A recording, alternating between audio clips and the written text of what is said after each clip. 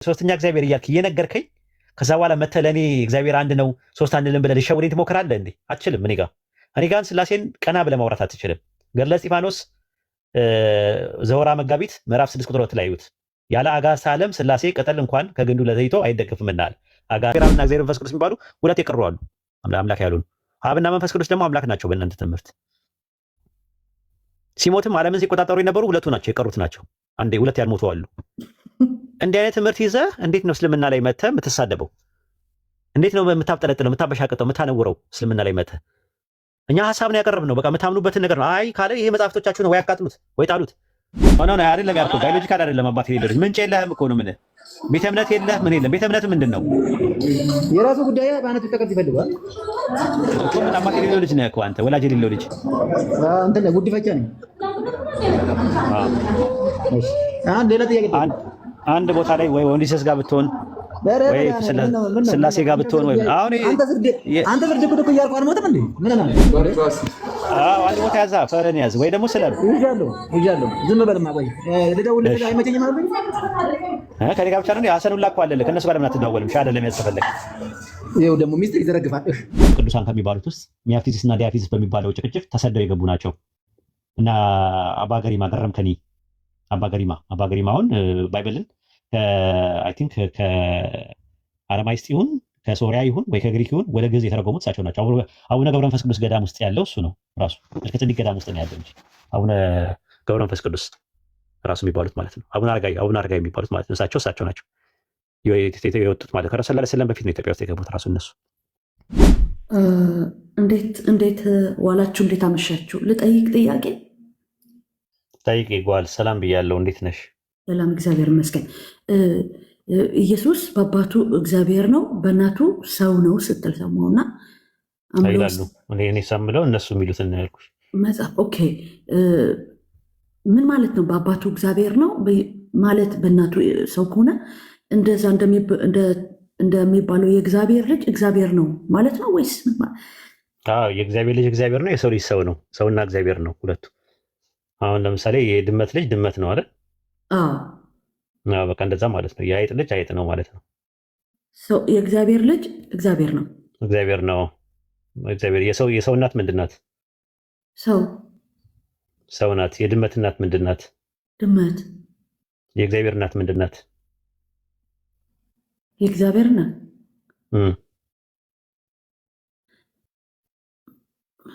እግዚአብሔር አይ ዶንት ኖ። እግዚአብሔር እናት አለ ይላሉ እነሱም ያምናሉ። እግዚአብሔር ኢየሱስ ክርስቶስ ወላዲተ አምላክ ትባል የለ የአምላክ እናት ትባላለች። ስለዚህ የአምላክ እናት ምንድን ናት? ሰው። ለምን የሰው ልጅ ሰው ነው፣ የአይጥ ልጅ አይጥ ነው፣ የድመት ልጅ ድመት ነው፣ የውሻ ልጅ ውሻ ነው በሚለው ያዥውና ከዛ ደግሞ የውሻ እናት ውሻ ናት፣ የድመት እናት ድመት ናት፣ የሰው እናት ሰው ናት። የአምላክ እናት ምንድን ናት? አምላክ። ስለዚህ ማርያም አምላክ ናት ብለሽ ጠይቃቸው ያስኬዳል? ኦኬ። የሰው ልጅ ሰው ነው፣ የጦጣ ልጅ ጦጣ ነው፣ የድመት ልጅ ድመት ነው፣ የአይጥ ልጅ አይጥ ነው። የእግዚአብሔር ልጅ ምንድን ነው? የአምላክ ልጅ ምንድን ነው? የአምላክ ልጅ አምላክ ነው። ኦኬ። ሉቃስ 3:38 ላይ አዳም የማን ልጅ ነው ይላል? የማን ልጅ ነው ይላል? ሉቃስ 3:38 ላይ አዳም የእግዚአብሔር ፍጡር ነው፣ የእግዚአብሔር ልጅ ይለዋል። ስለዚህ አዳም የእግዚአብሔር ልጅ እግዚአብሔር ከሆነ አዳም ምንድን ነው? እግዚአብሔር ነው። ኢዮብ ምዕራፍ 38 ቁጥር 7 ላይ መላእክት የማን ልጆች ናቸው? እግዚአብሔር። ስለዚህ መላእክት ምንድን ናቸው? እግዚአብሔር ናቸው። በቃ እንዲህ አይነት ነገር ሎጂኩ አያስኬድም ነው ለማለት የፈለገው። አይ ኦንቶሎጂካሊ ከወሰድሽው አደጋው ብዙ ነው፣ መዘዝ ይዞ የሚመጣው።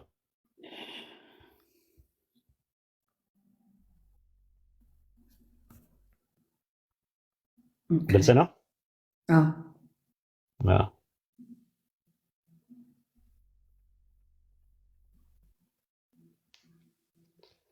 ማርያም ወይ እኔ ወለድኩት አንቺ ታቀፍሽው አለ እንትና ሲናገር ዚቅ ላይ ቅዱስ ያሬድ በዚቁ ምን አለ? ማርያም ወይ እኔ ወለድኩት አንቺ አቀፍሽው አለ ራሱ ማለት ነው።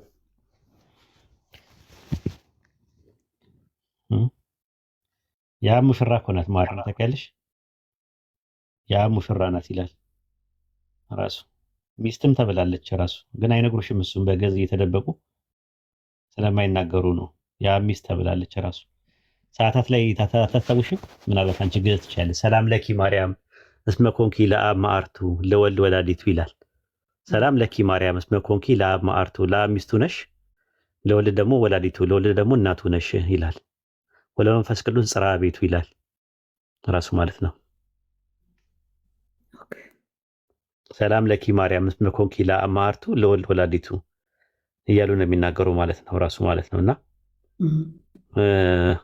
በእነዚህ አይነት መልኩ እንትን ይላሉ። መልክ በእንተ እግዚእትነ ለም ተረገ ሥጋኪ ይላል። ሰላም ለኪ ማርያም ለአብ ማዕርቱ ስብሐት ይላል። መጽሐፈ አርጋኖን ምዕራፍ 1 ቁጥር 10 ላይም የአብ ሙሽራ የምትሆን የእመቤታችን ምስጋና ለመጻፍ እንድጀምር ይላል። የአብ ሙሽራ ናት ወልድን የወለደችለት ማለት ነው። እንትናም ቱርቱሊያም እንደዛ ነው። ሞኖጎሚ የሚባለው መጽሐፍ ላይ ምዕራፍ 8 ላይ እንደዛ ነው የሚናገረው። ማርያም ሁለት ነገር ናት አለ።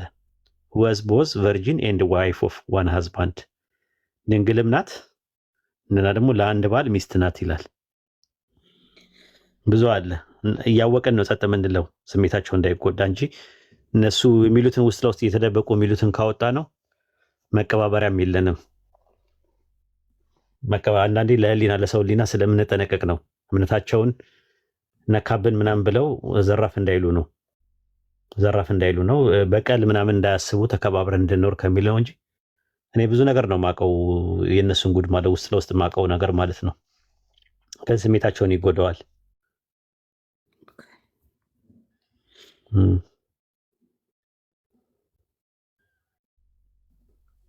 ከማርያም የሆነው ከሰው የሆነው ማን ነው? ከሰው የሆነው ከማርያም ሰው የሆነው ማን ነው? እግዚአብሔር አብ ነው? እግዚአብሔር ወልድ ነው? እግዚአብሔር መንፈስ ቅዱስ ነው? እግዚአብሔር ወልድ ነው ማለት ነው። ሰው ያልሆኑ ደግሞ ስንት እግዚአብሔሮች አሉ? የቀሩ ሁለት አሉ ማለት ነው። ለዛ ነው አብርሃም ቤት የገቡት እግዚአብሔሮች አጋዕዝተ ዓለም ይባላሉ። አጋዕዝተ ዓለም ታውቂያለሽ? እግዚ ማለት በግዕዝ ጌታ ማለት ነው። አጋዕዝት ማለት ደግሞ ጌቶች ማለት ነው። አብርሃም ቤት የገቡ ዓለምን የሚገዙ ጌቶች አሉ። ሶስት ናቸው። እግዚአብሔር አብ አንዱ እግዚአብሔር ነው። እግዚአብሔር ወልድ ሁለተኛው እግዚአብሔር ነው። እግዚአብሔር መንፈስ ቅዱስ ሶስተኛው እግዚአብሔር ነው ይላሉ። ሐምሌ 7 ለሚከበረው የሥላሴ ዓመታዊ በዓል ዋዜማ ላይ ሐምሌ 6 ላይ እንዲህ የሚል እንትን አለ። ነአምን ወነአምልክ በአሐዱ እግዚአብሔር እምቅድመ ዓለም ሀሉ። ትርጉሙም ከዓለም በፊት በነበረ በአንዱ እግዚአብሔር እናምናለን እናመልካለን። ወነአምን በአካሉ እግዚአብሔር ዘበምልክናሁ ለአብ ይመስሎ፣ በአምላክነቱ አብን በሚመስል በሁለተኛው እግዚአብሔር እናምናለን። ወነአምን በሳልሱ እግዚአብሔር መንፈስ ቅዱስ ዘይመልክ ሁሎ፣ ሁሉም በሚሞላ መንፈስ ቅዱስ በሶስተኛው እግዚአብሔር እናምናለን ይላል። ይታይሻል። በአንዱ እግዚአብሔር እናምናለን። አንዱ እግዚአብሔር ማን ነው? አብ። ሁለተኛው እግዚአብሔር ማን ነው? ወልድ ካሉ እግዚአብሔር። ሳልሱ እግዚአብሔር ሶስተኛው እግዚአብሔር ማን ነው? መንፈስ ቅዱስ ብሎ ነው ያስቀመጡት ማለት ነው። እና ምናልባት እየዋሻው ነው እኔ እስቲ እናዳምጣቸው።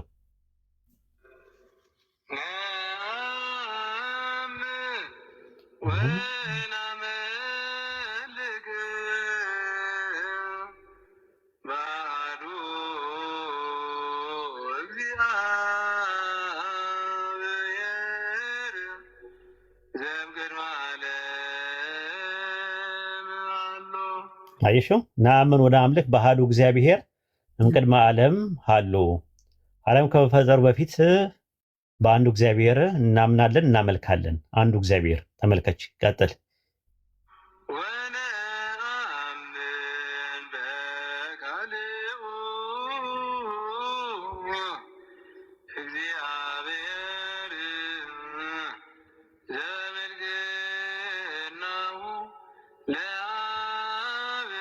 መስሎ በሁለተኛ ምን ይላል? ወነአምን በካሉ እግዚአብሔር፣ በሁለተኛው እግዚአብሔር እናምናለን። ዘምልክናሁ ለአብ ይመስሎ፣ አብን በሚመስል በሁለተኛው እግዚአብሔር እናምናለን አለ። ወነአምን ካለ በኋላ ወ ማለት በግዕዝ ልክ እንደ አረብኛ ነው እና ማለት ነው። ልክ ቨ እንደምለው በዕብራይስጥ። ሶስተኛውን ደግሞ አዳምጡት።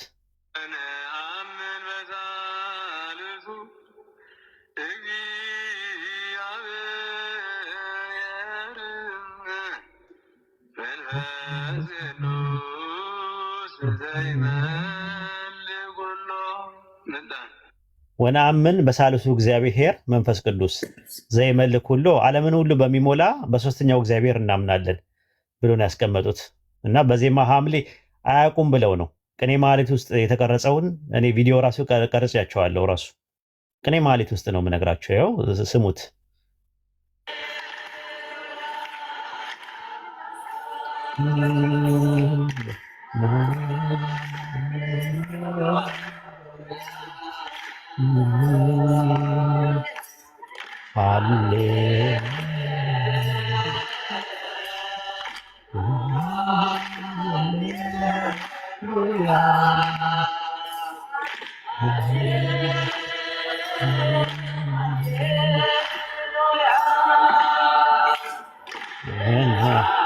ወነአምልክ ባህዱ እግዚአብሔር ወነአምልክ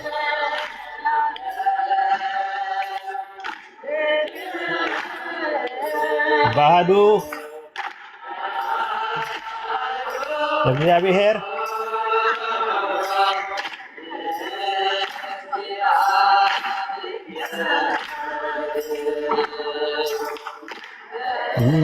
ቅድመ ዓለም ሃሎ ቀሽረው መርዋ ድምፅ ወነአምን በካሉ እግዚአብሔር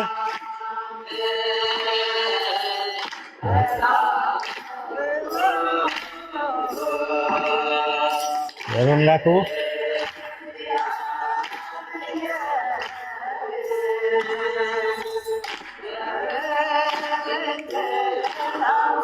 ለአብ ይመስሎ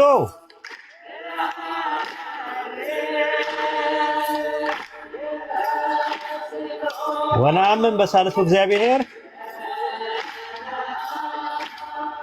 ተቀበል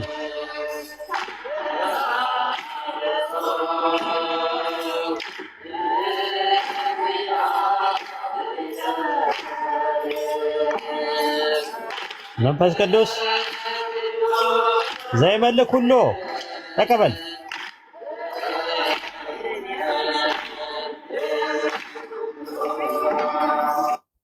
ይኸውልሽ ጓል መቀሌ እኔን የሚጠሉኝ ስሜን የሚያጠፉት እየተሽለጠለጡና እየተርመጠመጡ ውስጥ ለውስጥ የተለያየ ነገር ደባና ተንኮል የሚያደርጉት ኦርቶዶክሶች በተለይ ማለት ነው። ፕሮቴስታንቶቹ እንኳ ብዙም አይዳፈሩ እንዲህ አይነት ነገር የሚያደርጉት ይህን ምስጢራቸውን ስለማቅ ነው። ምንም አድርጌ አይደለም። አንዴ የሚያሰልመው ገንዘብ እየሰጠ ነው ይላሉ። አንዴ የራቁት ፎቶ እየያዘ ነው ይላሉ። እሺ ሴቶች ውስጥ የራቁት ፎቶ ተያዘባቸው፣ ወንዶቹ በምን ይሆን የሚሰልሙት? ይህንን ነገር አውቃለሁ። እኔ ውስጡን አውቀዋለሁ። ለዛ ነው እኔም ብዙ ነገር ይቅር ምለው። ለዛ ነው ይቅር በቃ ህሊናቸውን እንዳልጎዳቸው ከሚለው አንጻር እንጂ ስለ ስላሴ ካወራው አንድ ኦርቶዶክስ አይተርፋትም። አምላካችን ያለ መለየት ሶስት ነው ይሉና እዚህ ጋር ደግሞ መጥተው አይ አንድ ነው አንድ እግዚአብሔር ነው ይላሉ። ሃይማኖተ አበው ምዕራፍ 99 ቁጥር 11 ላይ ተመለከቱ። አምላካችን ያለ መለየት ሶስት ነው እያሉ እዚህ ጋር ደግሞ አሁን መጥተው ሊሸውዱኝ ይፎክራሉ። እዚህ ሰው አያነብም ብለው ሰይፈ ሥላሴ ዘቀዳሚት ምዕራፍ 7 ቁጥር 8 ላይም ለመለኮት ሶስትነት ምስጋና ይገባል።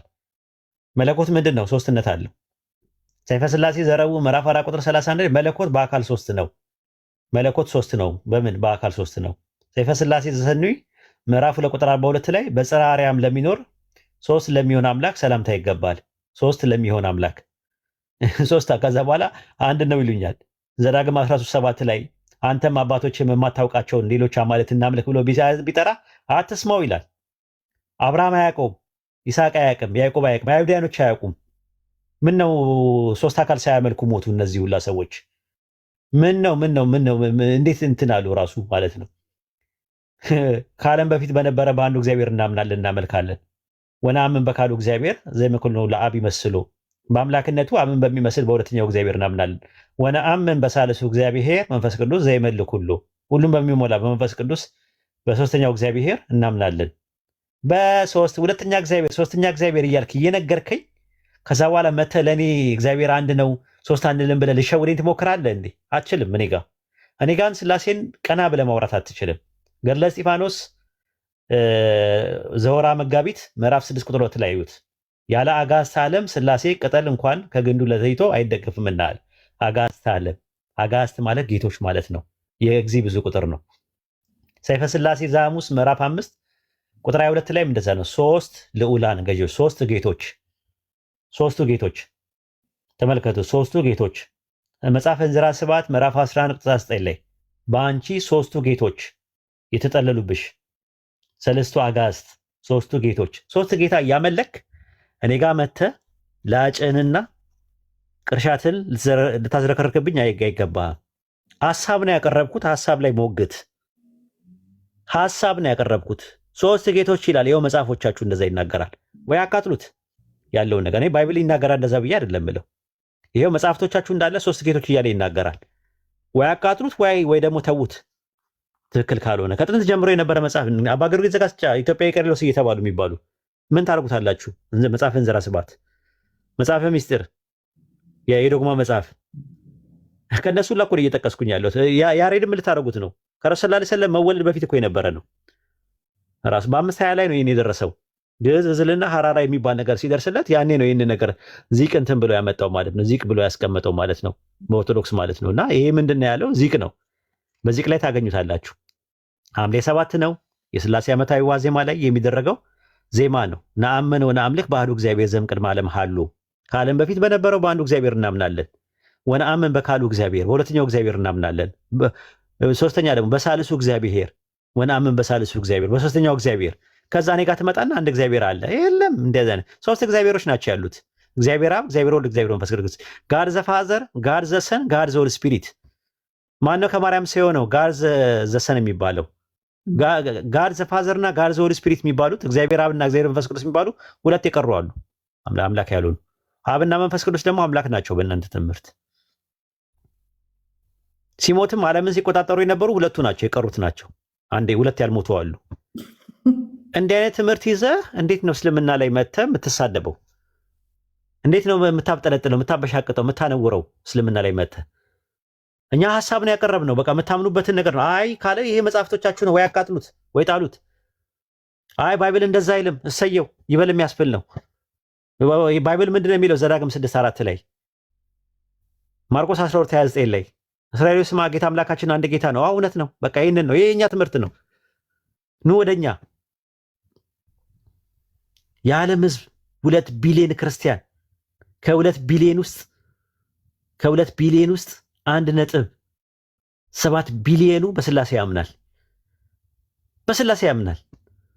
እነ ጆባ ዊትነስ፣ እነ ኦንሊ ጂሰስ፣ እነ ሞርሞን ምናምን የሚባሉ አድቬንቲስት እንኳን በስላሴ ያምናል የሚባሉት በአጠቃላይ በስላሴ የማያምኑ ጥቂት ቁጥር ነው ያላቸው። እንዳለ ትልቁ ክርስትና በስላሴ ትምህርት ተጠምደዋል ራሱ ማለት ነው። ስላሴ በሚባል ትምህርት ተጠምደዋል። እና ክርስትና ትክክል ነው ብለህ እንዳትለኝ። ሶላ ስክሪፕቸር ነኝ ትላለህ ለጊዜው፣ ባይብል ብቻ ነው የምንቀበለው ትላላችሁ። ግን ክርስትና የሚለውን ቃል በ110 የአንጾኪያ አግናጢዎስ ነው ለመጀመሪያ ጊዜ ክርስትና ብሎ የሰየመው ኮይን ያደረገው። ክርስትና ትምህርቱ ምንድን ነው? ስላሴ ነው፣ ተሰጎት ነው፣ ሃይፖስታቲስ ዩኒየን፣ ኮሰብስታንሻል ምናምን ነገር ባይብል ላይ የሌሉ ፍልስፍና ከግሪክ የተወሰደ የተቀዳ ፕላቶኒክ አንደርስታንዲንግ፣ አርስቶቴሊያን አንደርስታንዲንግ። በነገራችን ላይ አንድ ነገር ልንገራችሁ። ትርጉም የሚባለው ሄርሜኔቲክስ የሚባል ነገር ታውቃላችሁ? ስነ አፈታት ጥናት ይባላል። ሄርሜስ የሚባል አምላክ አለ ታውቃላችሁ? ሄርሜስ ሜርኩሪ ይባላል በሮማያኖች። ሄርሜስ የሚባለው መሀል ላይ ነው፣ ተርጓሚ ነው፣ እየመጣ የሚያስተረጉም ነው። ራሱ ከሰማይ እየመጣ ያስተረጉማል ራሱ የሄርሜስ የሚባለው ማለት ነው። እና ሄርሜኔቲክ የሚባለው ነገር የመጣው እሱ ነው። ኢቨን አተረጓጎማቸውም ራሱ ፕላቶኒክ እና አርስቶቴሊያን የሚባል ናቸው። የአርስጣጣሊስ እና የአፍላጦን የሚባል ነው አተረጓጎማቸው ራሱ ያለው ማለት ነው። ሄርሜስ የሚባል አምላክ አለ በደንብ ብታዩት። እና አንገሎስ የሚባለው ነው ስሙ ራሱ ማለት መልአክ ይባላል ራሱ ማለት ነው። እና መልአክ ይባላል። ያ መልአክ መጥቶ ምንድን ነው የሚያደርገው? ሄርሜስ የሚባለው በሮማ ሜርኩሪ ይባላል። ሄርሚኒዮስ የሚባለው ተርጓሚ ማለት ነው ራሱ። ሄርሜኔቲኮስ ማለት ስነ አፈታት ጥናት የሚሉት የአማልክቱ ተርጓሚ ነው እና መልእክተኛ ነው። አማልክቱ ሲልኩት አንጌሎስ ይባላል እሱ ራሱ። ወንዱ የዜኑስ እና የማያ ልጅ ነው ራሱ። አንጌሊያ ትባላለች ሴትየዋ ደግሞ የምትላከዋ ሴቷ የዜኑስ እና የሄራ ልጅ ናት። በጣም ዱርዬ ነበረ ይሄ ዜኑስ ብትመለከት። ዜኑስ ማያንና ሄራን ነው ያገባው። ከማያ ማንን ወለደው? ሄርሜስን ወለደው ራሱ። አንጌሊያን ደግሞ ከማን የወለዳት? ከሄራ ነው የወለዳት ራሱ ማለት ነው። እህቱ ናት ለአንጌሎስ። አንጌሎስ ደግሞ ማን ነው? ሄርሜስ የሚባለው ማለት ነው። መልአክ ነው፣ መልእክተኛ ነው ማለት ላይ።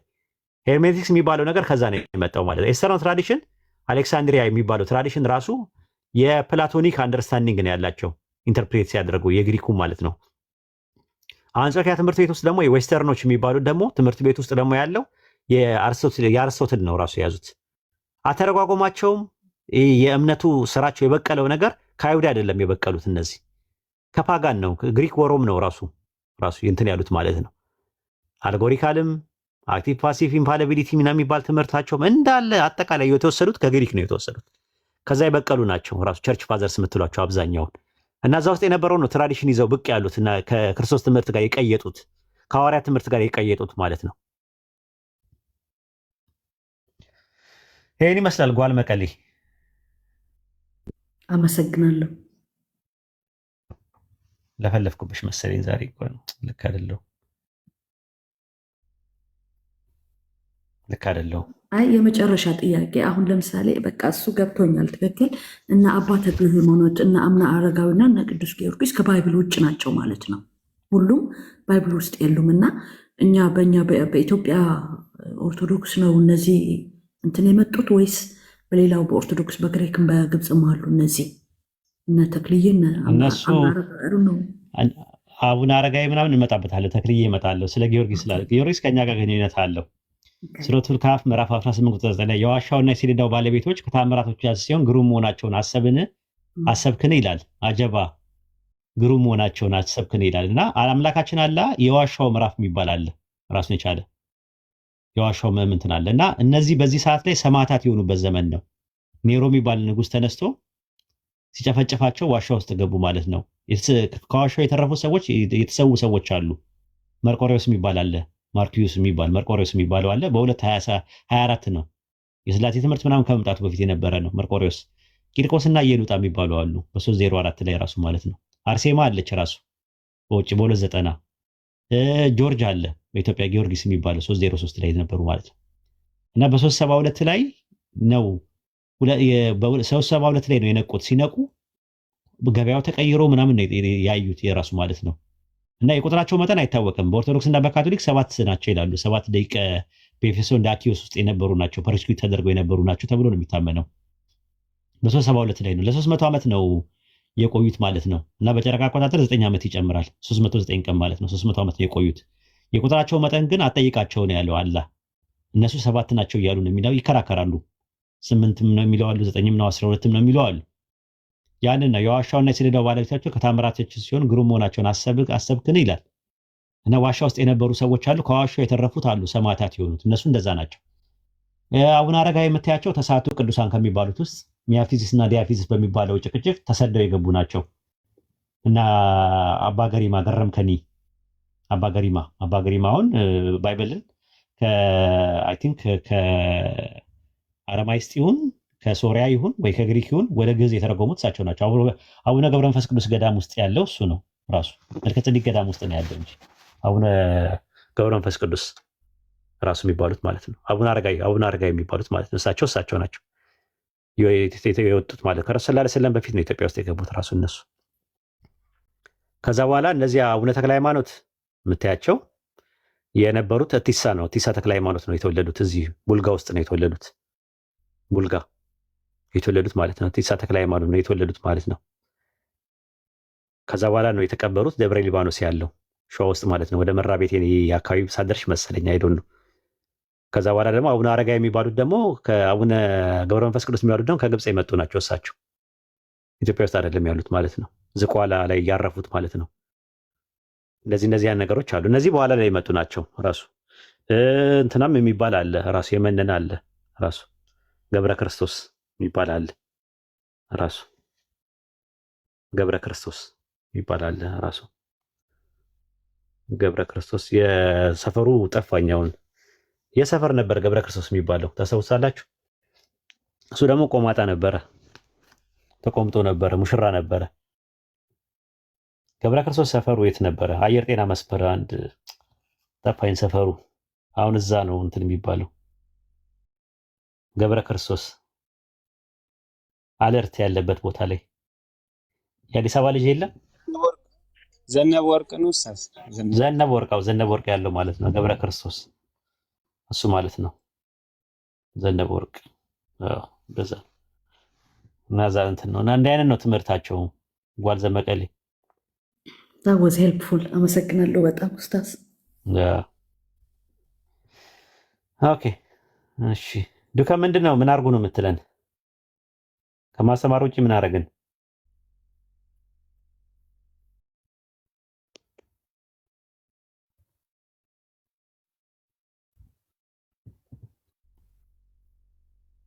ምን አልከኝ ወይዴ? ምን አድርጉ ነው የምትለን? ሰላም ነው ሰላም ነው አለ ኑርልኝ በእናትህ እርካታ እግዚአብሔር። ስማ አንተን ፊልጵስዩስ ምዕራፍ 2 ከ6 እስከ 11 ያለውን ልጠይቅህ ነው። ምን አለ እሱ ላይ? እርሱ በእግዚአብሔር መልክ ሲኖር ሳለ ከእግዚአብሔር ጋር መተካከል እንደሚገባ ነገር አልቆጠረም፣ የባሪያን መልክ ያዘ ይላል። ከእግዚአብሔር ጋር መተካከል እንደሚቀማ ነገር እንደመቀባት አልቆጠረም ሲል ማለት በእኔ አረዳድ ብዬ የማምነው ከተወለደ ጀምሮ ነው በእግዚአብሔር መልክ የኖረው ብዬ ነው ማለት ቅድስናና ገዢነት ስልጣን ብዬ ነው የማስበው ነው እኔ ያመንኩበት ነገር። ግን በአንተ መረዳት እስቲ እንዴት ነው በእግዚአብሔር መልክ ሲኖር መተካከል የሚለው ነው መቀማት ነው? መቀማት የሚለው ነው የሆነበት ጥያቄ። በእግዚአብሔር ሁሉም እዛ ውስጥ ያለው እዛው የተቀመጠው ነው ሁሉም ነው። ጥያቄ ሳይሆን ለጠቅላላ እውቀት ነው። እርሱ ይላል። እርሱ ማለት ክርስቶስ የሚለውን ተክቶ የመጣ ነው። ፊልጵስዩስ 2 መቼ ነው በእግዚአብሔር መልክ የኖረው ነው ጥያቄ። መጀመሪያው ላብራራልህ። እርሱ ማለትም ክርስቶስ በአምላክ መልክ ሲኖር ሳለ ይላል። አምላክ የተባለው አብ ነው። በአብ መልክ ሲኖር ሳለ ነው የሚለው። ዛት ሚንስ በአብ ህልውና ሲኖር ሳለ ማለት ነው። ለምሳሌ ሐዋርያት ሥራ 17:28 ላይ በእርሱ እንኖራለን ይላል ጳውሎስ። በአብ ማለት ነው እንኖራለን ይላል። ዮሐንስ ወንጌል 6:57 ላይም ሕያው አብ እንደላከኝ እኔ ከአብ የተነሳ ሕያው እንደምሆን ይላል። ስለዚህ ከአብ የተነሳ ነበረ የሚኖረው። እርሱ በአምላክ መልክ ወይም ደግሞ በአምላክ ሲኖር ሳለ ነው የሚለው። መቼ ነው ሲኖር ሳለ ለሚለው ቃል የሚጠቀመው? ሃይፖርሆን ነው የሚለው። ሃይፖርሆን ማለት ምን ማለት ነው? ቀጣይነት ያለው የአሁኑ ግስ ነው። ፕሬዘንት አክቲቭ ፓርቲሲፕል ነው። ኃላፊ ግስ አይደለም። ከድንግል ማርያም ከወለዱ በፊት ሳይሆን ምድር ላይ እርሱ በአምላክ መልክ ሲኖር ሳለ ከአምላክ ጋር መተካከልን መቀማት ነገርን አልቆጠረም። መቼ ነው ያልቆጠረው? ዮሐንስ ወንጌል ምዕራፍ 5 ቁጥር 18 ላይ ራሱን ከአምላክ ጋር አስተካክሎ አምላክ አባቴ ነው ስላለ ይላል። ሳለ የሚለው ቃል ያኔ ነው። መተካከል ለሚለው ቃል የገባው ኢሳ ወይም ኢሶስ ነው በግሪከኛ። መስማማት በሚል ይመጣል። ማርቆስ 14:56 ላይ መስማማት ነው። መተካከልን ወይም መስማማትን መቀማት እንደሚገባ ነገር አልቆጠረውም ማለት ቀምቶ ያመጣው ነገር ሳይሆን በስጦታ ያገኘው ነገር ነው። ማቴዎስ ወንጌል ምዕራፍ 28 ቁጥር 18 ላይ ስልጣን ሁሉ በሰማይና በምድር ለእኔ ተሰጠኛል። ስለዚህ ያገኘው በስጦታ ነው እንጂ ቀምቶ ነጥቆ አይደለም ያገኘው። መተካከልን ወይም መስማማትን መቀማት እንደሚገባ ነገር አልቆጠረውም። ዮሐንስ ወንጌል 5:17 ላይ አባቴ እስከዛሬ ድረስ ይሰራል እኔም እሰራለሁ ብሎ ተስማምቶ ነበረ።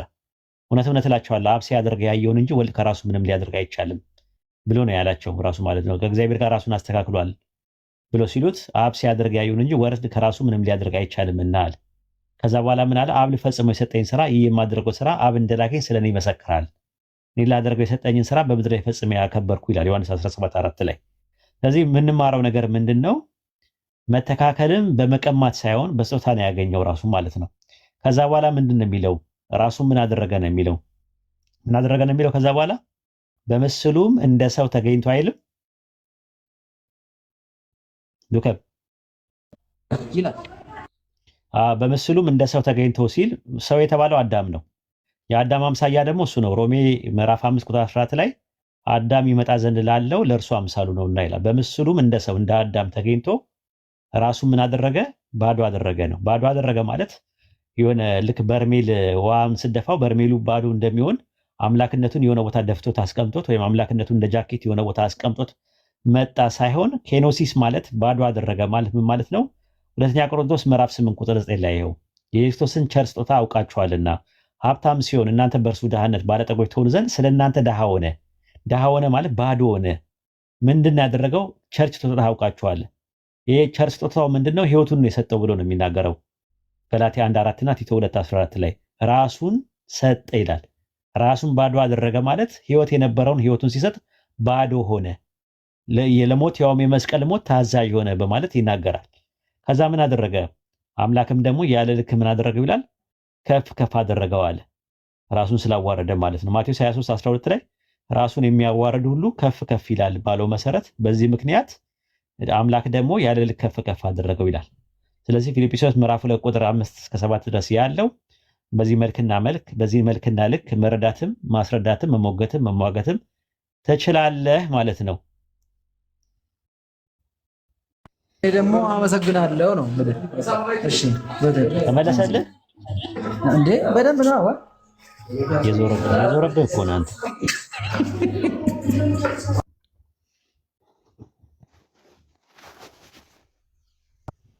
ምንድን ነው የዞረብኝ?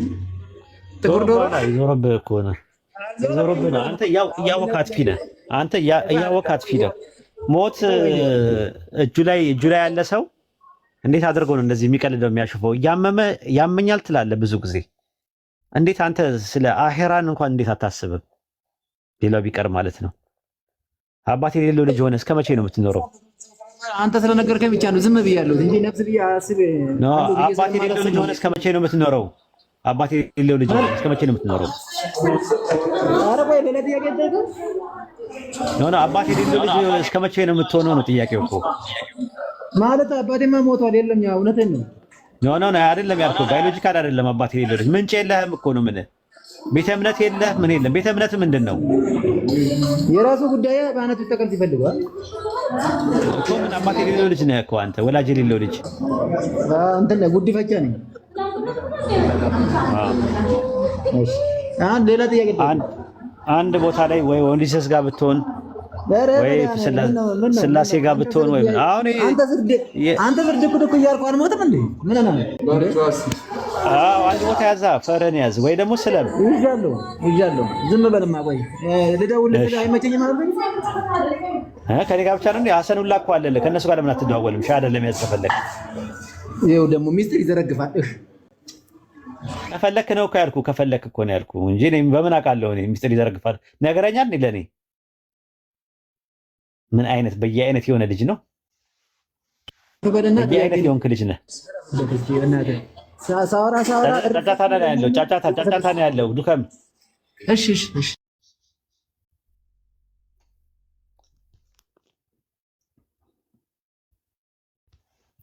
በየአይነት የሆነ ልጅ እኮ ነው። ይህ ልጅ ምስኪን ነው ግን ያሳዝነኛል።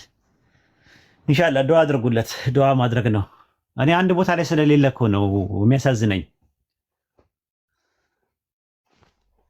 አንድ ቦታ ላይ የለም ራሱ የሆነ የቆመበት ቦታ ስለሌለ እንደው ሞት እንኳን ቢመጣ ያሳዝናል። ሰልሞ የሰው ልጅ አይታወቅም። እርግጠኛ ነን የነገን አይደለንም እኮ ትን ብሎንም ልንሞት እንችላለን። አደጋ ደርሶ ልንሞት እንችላለን። በእጃችን ምንም የተያዘ የተጨበጠ ነገር የለም። ስለዚህ በተቻለ አቅም ቶሎ ብሎ በንስሐ ወደ አላህ መመለስ ነው ክርስቲያኖች።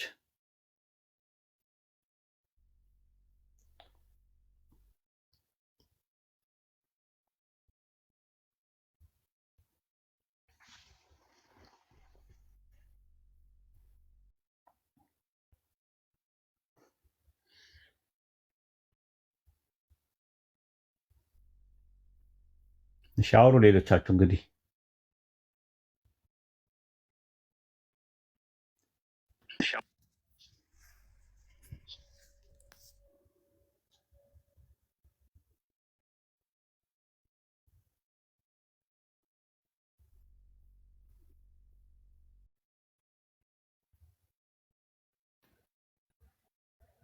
እሺ አሰላሙ አለይኩም ወራህመቱላሂ ወበረካቱ። ኡስታዝ ከመውጣቱ በፊት 1 ሚሊዮን መግባት አለበት። ታብታቡ እሺ። ሌላው የብሽ ኮሜንት አትጻፉ ኢንሻአላህ። ጥያቄ ያላችሁ እስማኤል አለ ቀጥል። ሰላም አለይኩም። ወአለይኩም ሰላም ወራህመቱላሂ ወበረካቱ። እስማኤል ሰላም ነው ኡስታዝ? አለ አልሐምዱሊላህ። አንተ ነህ ቅድም ስትጽፍ የነበረው ጥያቄ ቢጠይቅ ብሎ ካታረገኝም ወይ ያልከው? አረ እኔ አሁን ነው የገባሁት። ኦኬ አንዱ ሲል ነበረ እስማኤል የሚባል ሰው ጥያቄ ጠይቅ ብሎ ካታደርገኝም ምናምን ይላል። ሳክስ ሲያደርግ ማለት ነው። ወይድ ብሎክ ያደርጋል ተብሏል እንዴ? እንድትማሩ ነው የሚፈለገው። እሺ ቀጥል እስማኤል። እኔ መጠየቅ የምፈልገው ስለ ራእይ ዮሐንስ ነውና እሱ ከሌሎች መጽሐፍቶች ለምንድን ነው እንደዚህ የተለየ የሆነው አነጋገሩ ማለት ነው? ብዙ ራእዮች ነበሩ እኮ ራእይ ዮሐንስ ብቻ አይደለም ያለው። የጴጥሮስ ራእይ የሚባል ነበረ፣ የጳውሎስ ራእይ የሚባል ነበረ፣ የይሁዳ ራእይ የሚባል ነበረ። ብዙ ናቸው። የፊልጶስ ራእይ የሚባል ብዙ ናቸው የነበሩት፣ ወደ 17 ነበሩ። ከዛ ውስጥ ራሱ እሱም ተቀባይነት አናገኘውም። ጎርጎርዮስ ዘዜናዙ፣ ጎርጎርዮስ ዘኑሲስ፣ የቂሳሪያው አውሳቢዮስ አጠቃላይ አይቀበሉትም ነበረ። ሲትሮን ነው ምናምን የሚባል አንድ መናፍቅ አለ ብለው የሚያምኑት የኖሲሶች አንደኛው ብራንች የመሰረተ እሱ ነው የጻፈው። በዮሐንስም እያጭበረበረ ነው ብሎ ነው የሚያምኑት የነበረው እና በኋላ ላይ መጽሐፉ መክሲሚያኖስ እና ዲዮቅልጥያኖስ በተነሱበት ሰዓት ላይ ጠፋ ተብሎ ነበረ። ዮሐንስ አፈወርቅ ተገለጸልኝ ብሎ እሱን የጻፈው ያዘጋጀው ያውኑም ማለት ነው። የራዕየ ዮሐንስ ምዕራፍ 18 ምዕራፍ 22 ቁጥር 18ን ብትመለከተው በዚህ መጽሐፍ ላይ የጨመረና የቀነሰ ያለው ሰዎች ራዕየ ዮሐንስ አለ ብለው ክሌም እንዳያደርጉ ነው ይላል። እዛው ላይ የጨመረና የቀነሰ የሚለው ራሱ እንትና ነው ዮሐንስ አፈወርቅ ነው። ከዛ ለምንድን ነው ያለው እንደዛ ሲባል ራዕይ ተገለጠልኝ ብሎ ሌሎች እንዳሉ እሱ ነው ራዕይ ተገለጠልኝ ብሎ ዮሐንስ ራዕይ የጠፋው ተገለጠልኝ ብሎ የጻፈው ይህንን ብሎ ነው ያስቀመጡት። አንድም ተወለ ራዕየ ዮሐንስ 22 18 እና 19 ነው ራሱ ማለት ነው። አዎ ጌታ ኢየሱስ ሆይ ና ምናምን እያለ ያለው እሱ አይደለም፣ ዮሐንስ አፈወርቅ የሚባለው ነው የሚያወራው ያንን ማለት ነው። እና መጽሐፉ አጨቃጫቂ ነው። እኔ ግን ወላሂ አንድ ነገር ምን ደስ እንደሚለኝ ታውቃላችሁ? ቁርአን ስለ ራዕየ ዮሐንስ ቢያወራ ኖሮ ለምንድን ነው እንደዚህ የሚያወዛግቡ ነገሮችን ቁርአን የማያወራው? ያለ ቃል መሆኑ የምታውቁት በዛ ነው። እንደው መኮረጅ ካለበት ከራዕየ ዮሐንስ አይኮረጅም? ለምንድን ነው ቁርአንና ሐዲስ ላይ ረሱል ሰለላሁ ዐለይሂ ወሰለም በሐዲስ ላይ አላህ በቁርአን ላይ ስለ ራዕየ ዮሐንስ ያነገሩን? ማለት እንትን ከሆነ ማለት ነው ከተኮረጀ ላይ ቀር ማለት ነው። አሁን እኮ በጣም አወዛጋቢ መጽሐፍ ነው ይሄ መጽሐፍ። ማርቲን ሉተር አይቀበለውም፣ ዝዊንግሊ አይቀበለውም፣ ካልቪን አይቀበለውም። ተመልከቱ እንግዲህ ማለት ነው። እነዚህ ሁሉ አይቀበሉትም። አወዛጋቢ መጽሐፍ ነው ተብሎ መጽሐፉ ማለት ነው። ለምንድን ነው አወዛጋቢ የሆኑ ነገሮች ቁርአን ላይ የማይኖሩት ባይብል ላይ የሚያወዛግቡ? ለምንድን ነው? በጣም የሚገርመኝ ፓርት ነው። አሁን ሐማ የሚባለው የመርዶክዮስ መርዶክዮስን ሊያስገድል የነበረው ሐማ በአርጤክስስ አገልጋይ ነበር ምናምን ተብሎ የተጠቀሰው። ሐማ የሚባለው ደግሞ በሙሳ ዘመን የፊራውን እንትን ነበረ ተብሎ ነው የተባለው። አሁን የኛው ውሸት ነው ተባለ፣ የኛው እውነት ነው ተባለ። የፈርዖን ነው ሐማ የሚባለው የፈርዖን ነው ብሎ አርኪኦሎጂ አገኘው። ይሄኛው ደግሞ የፋርስ እንትን ውስጥ ታሪክ ውስጥ የለም ሐማ የሚባል ሰው የለም ብሎ ደግሞ አሉ። አሁን ለምንድን ነው አንድ ነገር ከተኮረጀ ላይቀር ከነስተቱ የማይኮረጀው? ዘፍጥረት ላይ ስትመለከቱት ያዕቆብ ያየው ህልም ላይ እናቱና አባቱ 11 ወንድሞቹ እንደሚሰግዱለት ነው። እናቱ በጊዜ ነው ያሸለበችው የሞተችው፣ አልሰገደችለትም። ቁርአን ያንን ሱረቱል ዩሱፍ ምዕራፍ 12 ቁጥር 100 ላይ እናትና አባቱም አብረው እንደሰገዱለት ይናገራል በህልሙ መሰረት ከወንድሞቻቸው ጋር። ለምን እንደዚህ አይነት ስህተቶች ለምንድን ነው የማይኖሩት? ራሱ አብሮ እንትን የሚሉት ባይብል ላይ በዮሴፍ ዘመን የነበረውና በአብርሃም ዘመን የነበረው የግብፅ ንጉስ ፈርዖን እያለ ይጠራዋል። ፈርዖን የሚባለው ነገር ልክ እንደ አፄ ምናምን ስያሜ የተጀመረው በራምሴ ነው የተጀመረው፣ በሙሳ ዓለይሂ ሰላም ጊዜ በነበረው ነው። ቁርአን በዮሴፍ ጊዜ የነበረውን የግብፅ ንጉስ ለምንድን ነው ፈርዖን ያዳለው? እንዲህ አይነት የታሪክ ስህተት ለምንድን ነው ያልተገኘበት ቁርአን ላይ? እና ምን ለማለት ፈልጌ ነው፣ ራዕየ ዮሐንስ አወዛጋቢ መጽሐፍ ነው። ሌሎቹ አወዛጋቢ መጽሐፍ የነበሩም ነበሩ። የጴጥሮስ ራዕይ የሚባሉ የጳውሎስ ራዕይ የሚባሉ አሉ። የዮሐንስ ራዕይ ብቻ አይደለም ያለው። የበርቶሎሜዎስ ራዕይ የሚባል አለ። የፊልጶስ ራዕይ የሚባል አለ። ሌሎችም ብዙ ራዕዮች አሉ። ራሱ ወደ 17 የሚደርሱ ነበሩ ራዕዮች ያሉ። አፖካሊፕስ የሚባሉት መጽሐፎች አፖካሊፕሲስ ይባላሉ በግሪክ ራዕይ። ግልጽ ነው እስማኤል? ኦኬ አዎ ገብቶኛል ኡስታዝ ጀዛከላህ። ወያከል ለምንድን ነው ስለ ማቴዎስ ወንጌል የማያወራው ቁርአን? የማቴዎስ ወንጌል የማርቆስ ወንጌል እያለ የማያወራው ለምንድን ነው እኮ? ለምን አላወራም? የነ ማቴዎስን የማርቆስን ምናምን ቢሆን ኖሮ የማርቆስ ወንጌል የማቴዎስ ወንጌል እያለ ለምን ቁርአን አይጠቀምም? ስለ አንድ ወንጌል ነው የሚያወራው። ስለ አንድ ወንጌል ነው የሚያወራው። አዲሱ መደበኛ ትርጉም አዲስ ኪዳን መግቢያው ላይ እንደዛ ነው የሚለው። ሊቃውንት እነዚህ 4 ወንጌሎች የጋራ ምንጭ አላቸው። የጋራ ምንጫቸው በአንድ ወቅት የነበረ መጽሐፍና በኋላ ላይ የጠፋውን መሰረት አድርገው ነው። እሱን ያዙልን፣ ሳይቀላቀል ያዙልን። እሱን ማቴዎስ ማርቆስ ከመባሉ ከመምጣቱ በፊት የነበረው ወንጌል እሱ አለ። እሱን ያዙልን። እሱ ነው ካላ ዘንድ የወረደው። እሱን ያዙልን። እሱ ካላችሁ በቂ ነው። አይ ከሱ የተጨመቀ ነው ይሄኛው ካላችሁ ችግር የለው። መለኮታዊ ቅሪት አለ ከውስጡ፣ እኛም እናምናለን። 4 ወንጌሎች ውስጥ መለኮት የወንጌል ቅሪት አለ እናምናለን። ግን ወንጌል ነው አትበሉን፣ አሸውዱን። ሉቃስ ለቴዎፍሎስ የጻፈውን ደብዳቤና ታሪክ ወስዳችሁ ወንጌል ነው አትበሉን። ማቴዎስ የክርስቶስ የትውልድ መጽሐፍ ብሎ የጻፈውን ነገር ወንጌል ነው አትበሉን። ወንጌል ውስጡ አለ እናምናለን። ግን ወንጌል ነው አትበሉን። 4 ወንጌሎች ተብሎ አትበሉን። የማቴዎስ ወንጌል አትበሉን። የማቴዎስ አይደለም ወንጌሉ። ወንጌሉ የኢየሱስ ወንጌል ነው። የኢየሱስ ወንጌል ደግሞ ከአላህ ዘንድ የተቀበለው ነው፣ ከአምላክ ዘንድ የተቀበለው ነው። ዮሐንስ ወንጌል 17:8 ላይ፣ ዮሐንስ ወንጌል 17:14 ላይ፣ ዮሐንስ ወንጌል 12:49 ላይ፣ ዮሐንስ ወንጌል 14:10 ላይ፣ ዮሐንስ ወንጌል 14:24 ላይ፣ ዮሐንስ ወንጌል ምዕራፍ 7 ቁጥር 16-17 ላይ፣ ሉቃስ 4:17 ላይ፣ ሉቃስ 5:1 ላይ፣ ሉቃስ 1:1 ላይ፣ ሉቃስ 1:14 ላይ፣ ሉቃስ 1:15 ላይ። አይሆንም፣ የሚሆን ነገር አይደለም። ሙሳ ላይ ሰላም የተሰጠው አንድ መጽሐፍ ነው። ለሙሳ መጽሐፍ ሰጠ ነው ይላል ሱረቱ በቀራ ምዕራፍ 2 ቁጥር 53 ላይ። እውነት ነው፣ እናምናለን። ነገር ግን ያ መጽሐፍ አንድ መጽሐፍ የነበረው አንድ መጽሐፍ ሱረቱ አንቢያ ምዕራፍ 20 ቁጥር 48 ላይ አለ። አንድ መጽሐፍ ነው የተጻፈው። አሁን አራቱ መቼ ነው የተጻፉት? በባቢሎን ምርኮ ጊዜ ዘፍጥረት፣ ዘጸአት ምናምን ነገር ሳይቀላቀል ያዙልን። እሱ ከመቀላቀሉ በፊት የነበረውን ኦሪት የሚባለውን ያዙልን፣ ቶራ የሚባለውን ያዙልን፣ ተውራት የሚባለውን ነገር ያዙልን። እሱን ያዙልን ሳይቀላቀል ወደ 5 ሳይከፋፍሉት በፊት የነበረውን ያዙልን እሱን። አሁን ኦሪት በእነዚህ በአምስቱ መጽሐፍት ውስጥ ኦሪት በውስጡ አለ፣ መለኮታዊ ቅርታ አለ።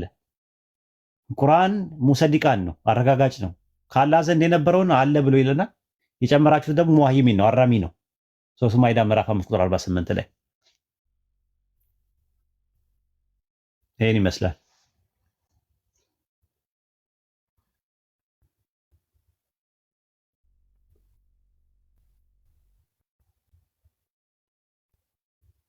እሺ ኮሜንቱን ክፈቱትና መግባት የሚፈልጉ ሰዎች ካሉ ይግቡ። መግባት የሚፈልጉ ሰዎች ካሉ ይግቡና ኢንሻአላህ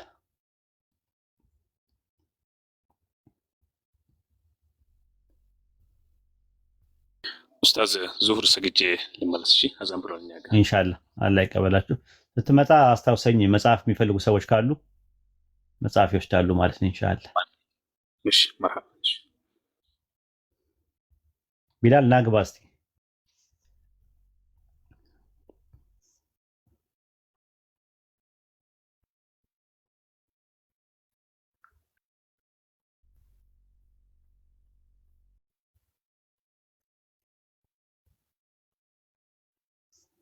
ቢላል ናግባ አንዳንድ አሳየኝ እስቲ።